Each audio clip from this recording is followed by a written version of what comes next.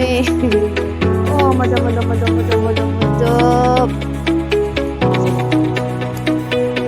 Switch ko na sa...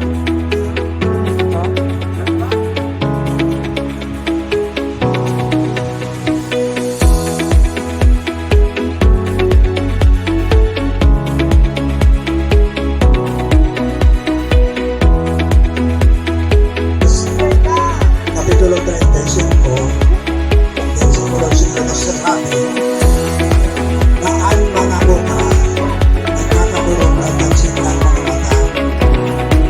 Ang bungo na nagugot sa pansintan ng mata. Kasi ang pilay sabi din ang magpalok-sulok ko na siling sa usan. Kaya ako na tayo ng usan. Pero malong ang pilay daan malok-sulok na siling sa usan. Asin ang pula ito tayo nakakatawa ang kukurang sa kaubahan. Yan ang panugan ng Diyos sa mga abot na kahagayan. Sa Roma, itong sinasabi sa Kapahayagan 21.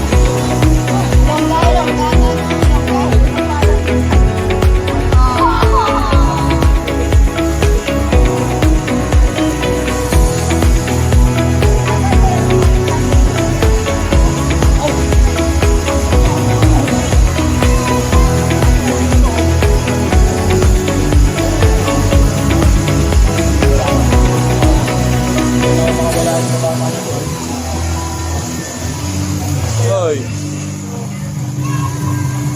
Stop na yan. Abagsak na yan. Yan na. Ito daw eh.